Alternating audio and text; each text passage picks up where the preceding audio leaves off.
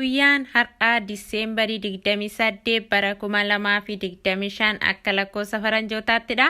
Guyyaa har'aas odeeffannoo sharafa maallaqaa karaa gabaa gurraacha akkasumas karaa baankii qabadhee isiniif dhiyaadheen jira.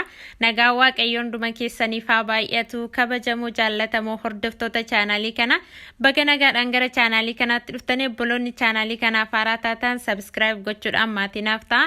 Maatiinaaf taatanii kallattii hundumaan na jajjabeessaa kan jirtan guddaa galatoomaan isiniin jedha. Guyyaa har'aa sharafni maallaqaa hin dabale moo hin qannase moo kan jedhu waliin ilaalla. Otoo odeeffannoo sharafa maallaqaatti hin darbiin dura obbolaa gaaffii na gaafataniifan deebisa. Obboleettiin tokko akkas jettee na gaafatte. Joordaan diinaarri 250 Dubaay diraamiitti meeqa ta'a jettee obboleettiin na gaafatte.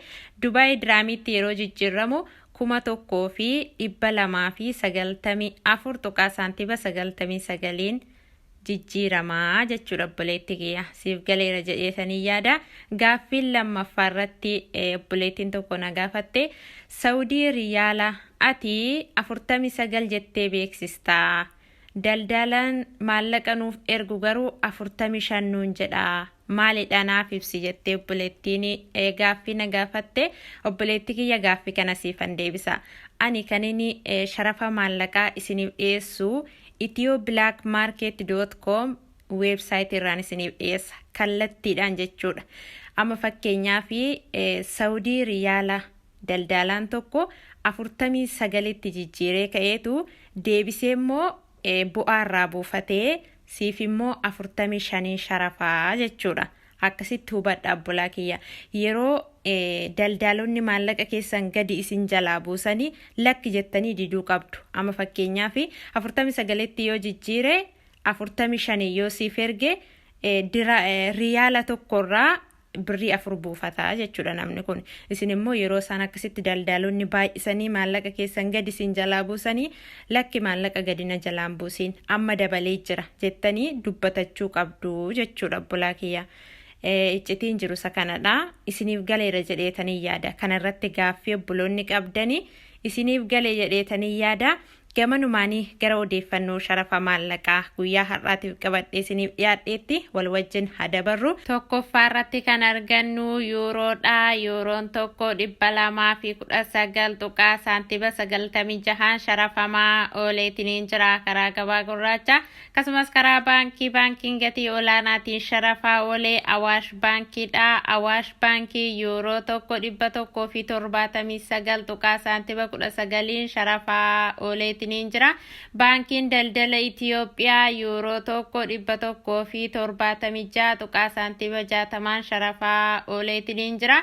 Oromiyaa baankii yuuroo tokko 174 tuqaa saantiba 04 sharafaa ooleetiniin jira. Inni itti aanu paawundi sterniidha. Paawundi sterniin tokko 252 tuqaa saantiba 22 sharafamaa ooleetiniin jira karaa gabaa gurraacha. Akkasumas karaa baankiin gatii olaanaatiin sharafaa oolee Awaash baankiidha. Awaash baankiin paawundi sternii tokko 204 tuqaa saantiba 99 sharafaa ooleetiniin jira.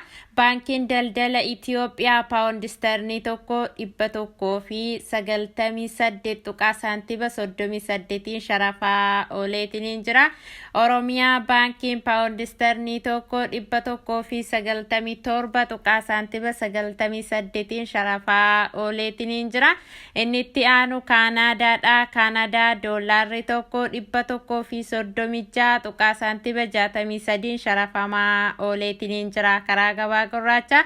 Akkasumas karaa baankiin gatii olaanaatiin sharafaa oolee Awaash baankiidha. Awaash baankiin Kaanaadaa doolaara tokko 108 tuqaa saantiba 74 sharafaa ooleetiniin jira.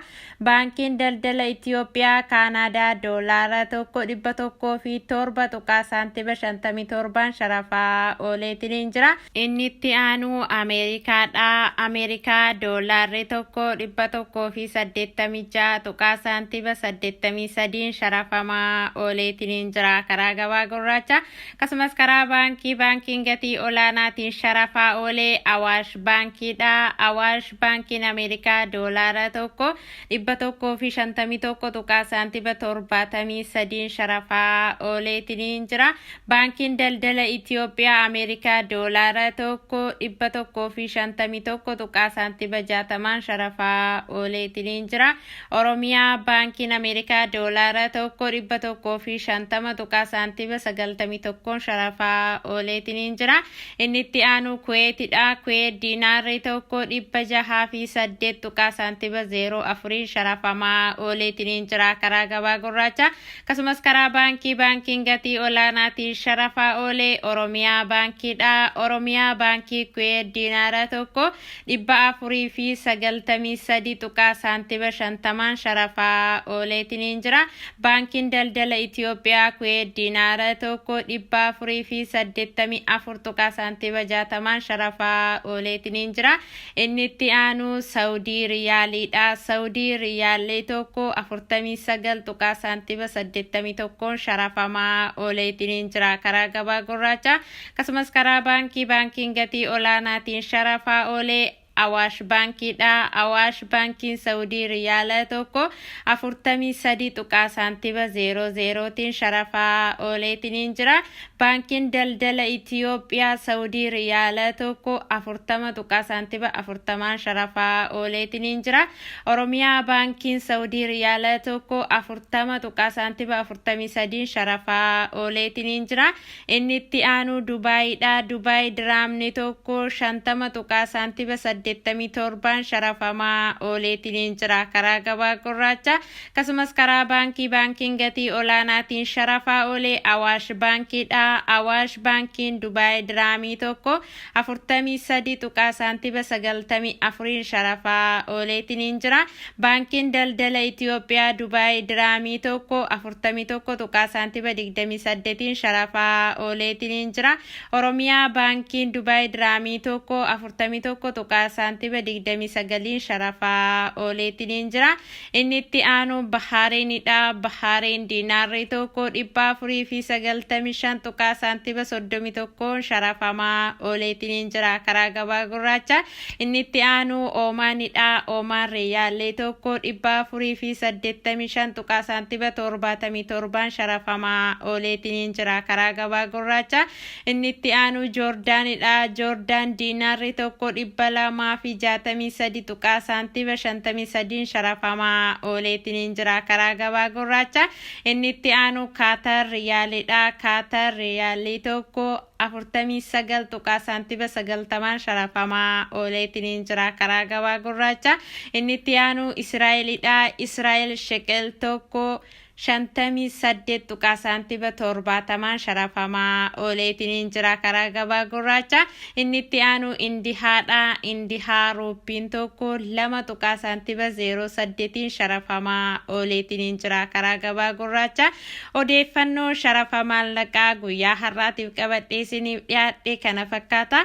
Yaadaa fi gaaffii qabdan koomentii irratti naa barreessaa. Qophiin kun yoo isinitti tolee laayikii godhaa. Akkasumas hiriyoottan keessan fayyada jettanii yoo yaaddan sheerii godhaa fi obboloonni Joordaanii fi Beerut jirtan immoo Ameerikaa doolaaraan herreeggadhaan isiniin jedha.